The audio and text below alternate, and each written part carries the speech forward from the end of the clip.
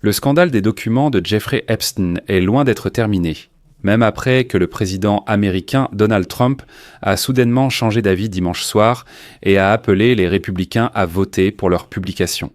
Cette démarche de Trump cache une astuce rusée. Mais pour Trump, c'est une défaite dans le fait que son mouvement Make America Great Again est allé à l'encontre de sa position, et il doit s'adapter.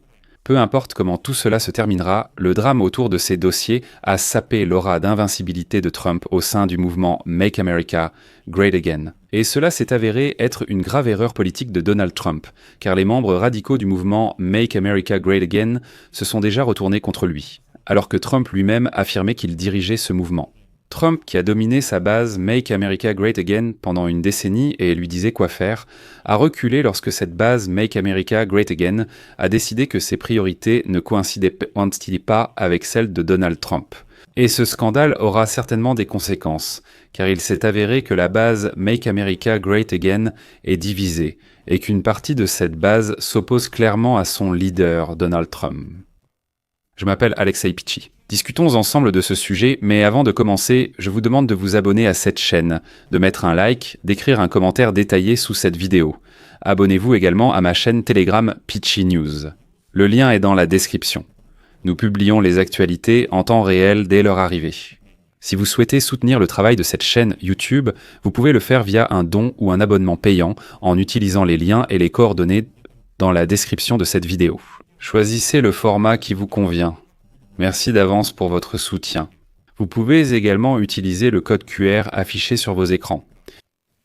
La principale nouvelle de la semaine dernière est que Trump s'est adouci après des mois de lutte contre la demande de la Chambre des représentants pour publier tous les documents Epstein via le ministère de la Justice. On s'attendait à ce qu'un nombre important de républicains retirent leur soutien à Donald Trump lors du vote de cette semaine. C'est pourquoi Trump les a vivement exhortés à voter pour. Citation : « Les républicains à la Chambre des représentants doivent voter pour la publication des dossiers Epstein, parce que nous n'avons rien à cacher.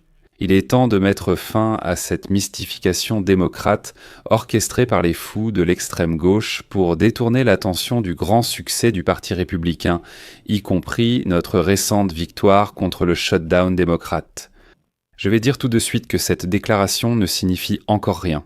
Ce n'est pas du tout la fin. Tout d'abord, Donald Trump a la possibilité de changer d'avis, comme il le fait souvent. Le projet de loi doit encore être adopté, approuvé par le Sénat et signé par Donald Trump. Bien qu'il soit difficile d'imaginer comment le président, un sénateur et les républicains pourraient s'y opposer maintenant. Et enfin, l'enquête que Donald Trump a ordonnée la semaine dernière contre des adversaires politiques liés à Epstein pourrait apparemment donner au ministère de la Justice une raison de ne pas publier les documents. Et une raison tout à fait légale.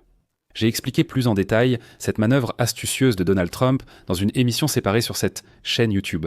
Donc allez sur la chaîne et regardez-la absolument. Mais même les alliés du président américain ont eu du mal à ne pas remarquer que Trump avait peur de quelque chose.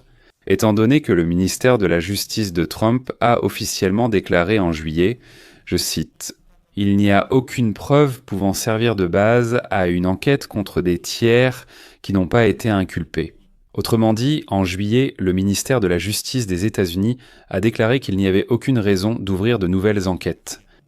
Mais Trump a demandé au ministère de la Justice d'enquêter sur les liens de Epstein avec Clinton et Obama, JP Morgan Chase, et ainsi de suite, et ainsi de suite. Autrement dit, tous ceux qui sont liés d'une manière ou d'une autre au Parti démocrate. Le ministère de la Justice se contredit. J'ai déjà abordé ce sujet dans une autre émission. Ici, le focus est différent. Cependant, le revirement soudain de Trump est une capitulation évidente. Trump et le président de la Chambre, Mike Johnson, se sont fermement opposés à la pétition pour publier le dossier Epstein, ce qui a mené au vote. La semaine dernière, je rappelle que Trump a menacé les républicains qui avaient signé cette pétition, les traitant d'idiots et les accusant de jouer le jeu des démocrates. Donc encore une fois, la semaine dernière, Trump a déclaré que les républicains qui voteraient pour la publication du dossier Epstein étaient des traîtres qui faisaient le jeu des démocrates. Il disait « votez pour ». Dans autre annonce. L'affaire Epstein est également devenue le sujet central du récent désaccord de Trump avec la députée Marjorie Taylor Greene. Et d'après les estimations faites ces derniers jours, il se pourrait qu'à la Chambre des représentants, pas moins d'une centaine de républicains s'opposent à Trump. Trump, bien sûr, fait semblant que rien ne s'est passé, que tout est sous contrôle, que tout va bien. Mais il s'est bien passé quelque chose. Au cours des dernières décennies, Trump a créé un parti républicain qui était principalement centré sur une seule chose, Donald Trump. Quoi qu'il dise, tout était exécuté. Peu importe si cette idée contredisait des décennies stopsiamies de positions conservatrices du parti républicain, cela n'avait pas d'importance. La foi inconditionnelle qu'il avait de gagner auprès de ses électeurs était colossale, il faut le reconnaître. Les républicains au Congrès votaient très rarement contre la position de Trump. Si cela arrivait, c'était presque toujours sur des questions de politique étrangère, mais jamais sur des questions intérieures. Tout ce qui concernait la politique intérieure, les républicains suivaient toujours Donald Trump.